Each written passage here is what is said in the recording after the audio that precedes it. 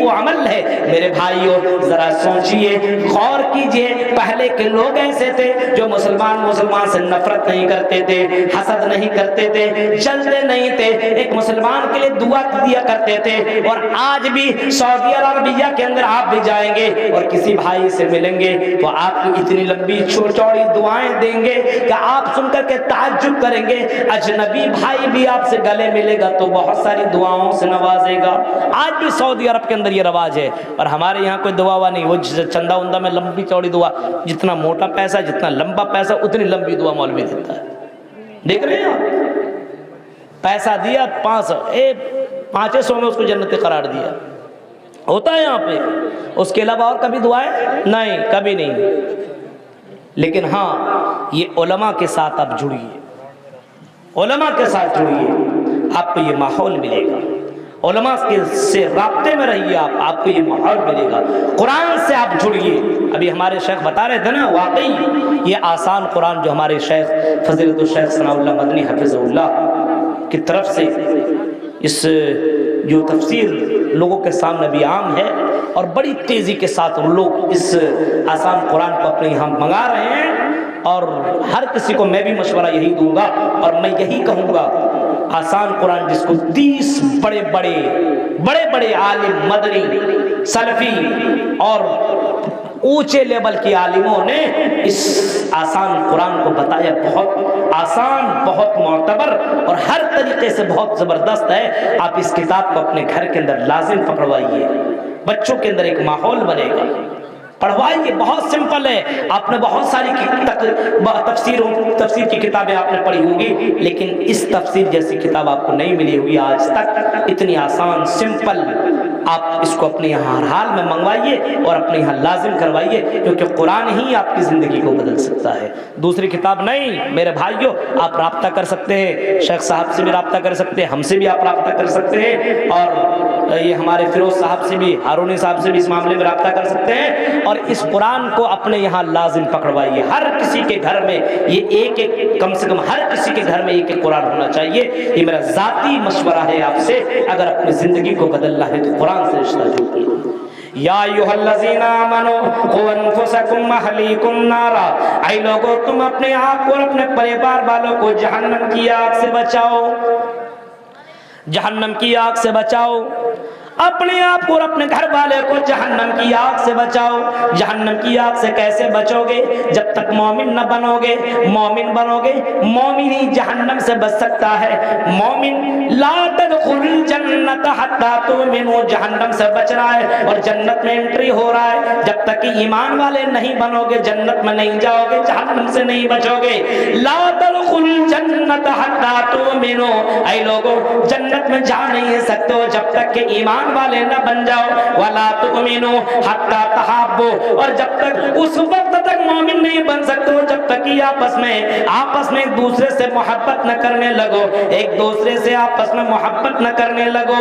اللہ کے نبی صلی اللہ تعالی علیہ وسلم فرماتے ہیں، او میرے صحابیوں، اے میرے دوستو، اے میرے صحابیوں، اولا ادلکم علی شیء اذا فعلتموہ، اولا ادلکم علی شیء اذا فعلتموہ، کیا میں تمہیں ایک ایسی چیز نہ بتاؤں، کیا میں تمہیں ایک ایسا کام نہ بتاؤں جس کام کو کر کے تم آپس میں دوسرے سے محبت کر سکتے ہو، ایک دوسرے کے دلوں میں محبت پیدا ہو سکتی ہے؟ کیا میں تمہیں ایک ایسا کام نہ بتاؤں، ایک ایسی چیز نہ بتاؤں؟ اور کہیں فرمایا اولا انبئکم، کیا میں تمہیں ایسی چیز کی خبر نہ دوں جس کام کو کر کے تم آپس میں محبت کر سکتے ہو؟ اللہ کے نبی نے خود جواب دیا، افشوا السلام بینکم، تم آپس میں ایک دوسرے کو سلام کیا کرو۔ مسلم شریف کی حدیث ہے، ایک دوسرے کو سلام کیا کرو، سلامتی کو پھیلاؤ۔ کوئی بھی ملے، چھوٹا ہو بڑا ہو، عالم ہو غیر عالم ہو، ایسا نہیں مولوی صاحب کو دیکھا السلام علیکم اور کسی غیر مولوی صاحب کو دیکھا تو کچھ نہیں بھاگ گیا وہاں سے، ایسا نہیں ہونا چاہیے۔ آپ کسی سے ملیے، مسلمان بھائی کسی سے بھی راستے میں چلیے، آپ اپنے گاؤں میں گزر رہے ہیں، آپ کی نظر کسی کے اوپر پڑی تو چلنے والا بیٹھنے والے کو سلام کرے، اور جو موٹر سائیکل سے موٹر سائیکل والا سائیکل والے کو سلام کرے، کار والا موٹر سائیکل کو سلام کرے۔ ہاں افشوا السلام بینکم، ایک دوسرے کے درمیان آپس میں سلامتی، سلام کو پھیلاؤ۔ جب سلام کو پھیلاؤ گے السلام علیکم ورحمۃ اللہ، اور آپ نے اس کو سلام کیا، وہ بھی آپ کو سلام کرے گا، دونوں کے درمیان آپس میں محبت پیدا ہوگی۔ جب محبت پیدا ہوگی تو ایمان والے بنو گے، اور ایمان والے بنو گے تو جنت میں جاؤ گے۔ کتنا آسان ہو، کتنا سمپل ہے جنت میں جانا، لیکن میرے بھائیوں اتنا آسان کام بھی آج کے مسلمان نہیں کر رہے ہیں۔ آج فیس بک میں high, hello, good morning, good night, یہی سب چل رہا ہے۔ سلام کا رواج اپنے یہاں ختم ہو چکا ہے۔ میرے بھائیوں سلام کا بھی طریقہ معلوم نہیں ہے۔ موٹر سائیکل جس جا رہا خالی سر ہلا دیا، بس سلام ہو گیا، بتائیے، خالی سر ہلا دیا، چلو ایسے تھوڑی ہوتا ہے سلام۔ سلام بولو السلام علیکم ورحمۃ اللہ، اور اللہ کے نبی نے فرمایا السلام علیکم ورحمۃ اللہ وبرکاتہ، پورا کا پورا سلام کرو، کیونکہ اگر کوئی السلام علیکم ورحمۃ اللہ وبرکاتہ کہتا ہے تو گویا کہ اس نے 30 نیکیاں حاصل کر لی، 30 نیکیاں۔ السلام علیکم اگر کوئی کہے وعلیکم السلام ورحمۃ اللہ، آپ نے کہا کوئی وعلیکم السلام السلام علیکم ورحمۃ اللہ کہے تو آپ بڑھا کر کے بولیے اور اچھے سے اس کو جواب دیجئے، اللہ تعالیٰ آپ کو سلامت رکھے، ورحمۃ اللہ اس کے رحمتیں آپ کے اوپر ہو، وبرکاتہ اور اس کی برکتیں آپ کی زندگی میں نازل ہو۔ میرے بھائیوں یہ سلام کا طریقہ جناب محمد رسول اللہ نے سکھایا ہے اور بتایا ہے، اس سلام سے آپس میں محبت پیدا ہوگی۔ بہت سے لوگ ہوتے ہیں مدنی، بڑے بڑے عالم علماء، بہت سے لوگ ہوتے ہیں عالم علماء بھی بہت سے لوگ سلام ہی نہیں کرتے ہیں، ایسا نہیں ہونا چاہیے۔ آپ دیکھیے ہمارے الحمدللہ سامنے نہیں وہ بات ہونی چاہیے، میں کبھی بھی اپنے شیخ محترم مدنی صاحب کو فون کرتا ہوں سب سے پہلے وہی سلام کریں، مجھے موقع نہیں دیتے۔ تو میرے بھائیوں ایسا نہیں ہونا چاہیے، ہم بڑے عالم ہیں، ہم بہت بڑے مولوی ہیں، ہم بہت بڑے مدنی، ہم بہت بڑے مفتی ہیں، ہم بہت بڑے رئیس اور بہت بڑے پیسے والے ہیں، ہم کیوں سلام کریں؟ یہ ہمیں سلام کرے۔ محمد رسول اللہ کی جیونی کے دیکھو، اللہ کے نبی چلا کرتے تھے، اپنے سے چھوٹوں کو بچوں کو سلام کیا کرتے تھے، اور آپ نے فرمایا اپنے گھر کے اندر انٹری کرو تو سلام کر کے داخل ہو جایا کرو، اپنے گھر والوں کے لیے بھی سلام کرو۔ آج ہمارے یہاں یہ رسم، ہمارے یہاں یہ طریقہ ختم ہو گیا ہے، گھر کے اندر انٹری کرتا ہے تو سلام ولام کچھ بھی نہیں ہوتا ہے۔ ہم اپنے بیوی کو سلام کیوں کریں؟ ہم اس سے کیا چھوٹے ہیں؟ نہیں میرے بھائیوں، اپنے گھر والوں کے لیے آپ سلام کیجئے، گھر کے اندر آپ انٹری کیجئے تو سلام کرتے ہوئے داخل ہوئیے۔ یہ طریقہ جناب محمد رسول اللہ نے سکھایا ہے، اور اس کے ذریعے سے آپس میں محبت پیدا ہو سکتی ہے۔ آپ سے کوئی نفرت کرے، روزانہ سلام کیجئے، روزانہ سلام کیجئے، ایک نہ ایک دن یہ نفرت ختم ہو جائے گی اور محبت آپس میں پیدا ہو جائے گی، اور یہ محبت آپ کو ایمان والا بنا دے گا، اور ایمان ہی والا جنت میں جائے گا۔ یا ایھا الذین آمنوا قوا انفسکم واہلیکم نارا، اے ایمان والو تم اپنے آپ کو اور اپنے گھر والے کو دونوں کو جہنم کی آگ سے بچاؤ، خود کو بھی جہنم کی آگ سے بچو اور اپنے پریوار والے کو جہنم کی آگ سے بچاؤ۔ اس جہنم کی آگ سے بچانے کے لیے میرے بھائیوں ایک طریقہ آپ کو یہ بھی اپنانا پڑے گا، ایک طریقہ آپ کو یہ بھی اپنانا پڑے گا کہ آپس میں جو آپ رہتے ہیں سلام کو بڑھاوا دیجئے، سلام کے ذریعے سے آپس میں محبت پیدا ہو سکتی ہے، اور یہ سلام کرنا اور ایک دوسرے سے محبت کرنا اور سلامتی کو پھیلانا یہ بھی جنت میں جانے کا ذریعہ ہے۔ محمد رسول اللہ نے کبھی فرمایا تھا یا ایھا الناس افشوا السلام وصلوا الارحام، اے لوگوں، اے دنیا کے لوگوں، افشوا السلام، سلامتی کو پھیلاؤ، وصلوا الارحام، رشتہ داریوں کو جوڑو، رشتہ داریوں کو جوڑو، رشتہ داریوں کو توڑنے کی ضرورت نہیں ہے۔ بھائی بھائی میں نفرت نہ پھیلاؤ، رشتہ دار میں نفرت نہ پھیلاؤ، اگر آپس میں کوئی اختلاف ہے تو اختلاف کو ختم کرو۔ فاصلحوا بین اخویکم، اپنے بھائیوں کو آپس میں ملا دو، اپنے بھائیوں کے اختلافات کو ختم کرانے کی کوشش کرو۔ فرمایا امام کائنات نے وصلوا الارحام، رشتہ داریوں کو جوڑو۔